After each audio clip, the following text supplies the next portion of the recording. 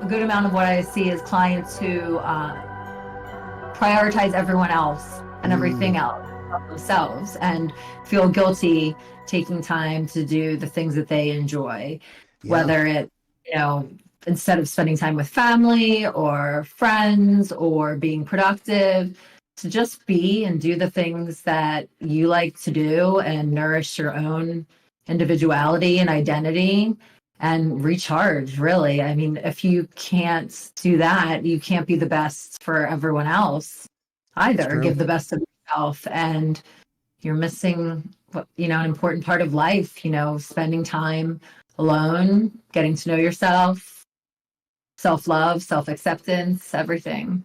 Yeah, I think there's two very powerful ideas. One comes from Alice in Wonderland, and the other one comes from martial arts. This is where my brain goes like, okay, how are those things connected? What? But the question that the caterpillar asked Alice, who are you? And he wanted to know, in my estimation, who's asking me this question? Who am I interacting with in terms of, because that a lot of times that guides our answers. Like, why are you asking? What do you want out of this? I need to know that in some ways, but the broader idea of knowing who you are, it allows you to have that focus. Well, here's what I want. This is who or what I am, and now I know what to do about other situations. That was one tangent. The other one is the body mechanics. I love analogies, and the idea of someone is on the ground, they are down, and you want to help them get up. You can't reach out a hand and provide the leverage necessary if you are out of balance. They will just pull you over with them. So I like that physical analogy of you have to have a nice, strong stance. And then from a position of strength, you can offer benefit to other people. It's just not possible when you are out of balance yourself, physically, emotionally, psychologically. Yeah. So those are my two kind of go-tos I like to think about sometimes. Yeah. Yeah. Those are good visualizations of it. And it just doesn't feel right either. But I think because of how people are taught growing up, or family dynamics, family values that are passed down, you put yourself last, you take care of everyone else. Yeah. Someone needs you to do something, you do it. That's what kind people do. But you quite easily get overextended and can't have healthy relationships then. Definitely.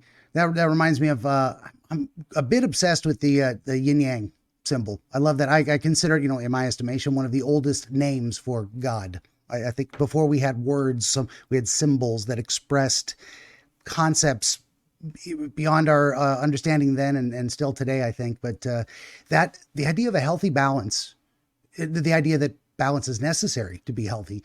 You can't be entirely selfish, care for no one. This is not good for you, not good for anyone around you. You can't be so self-sacrificing that there is no you left. Like, what's the purpose of living at that point? There's a weird conundrum there with the concept of altruism and selfishness. I've been playing with this idea in my head, well, for years and years, but having debates in other forums. This is not a forum for debates, but just the idea that if every individual person is expected to self-sacrifice and is not deserving of their own benefit, who is then deserving of being given benefit? Because aren't all of those other people the same level of unworthy to there's some concept in there. It's like you gotta have that balance. I'm gonna take some me time, and yes, I'm gonna help you too, because I love you and you're a great person, and I want you to be healthy. But I've talked to a lot of people lately, and it seems to be a very common theme in today's world, I guess, where people are struggling with boundaries. They don't know where to set them. They don't know what is an appropriate boundary, and they don't feel comfortable telling people who need something, no, I'm not going to do that. I'm sorry. This is for me. I need to say no.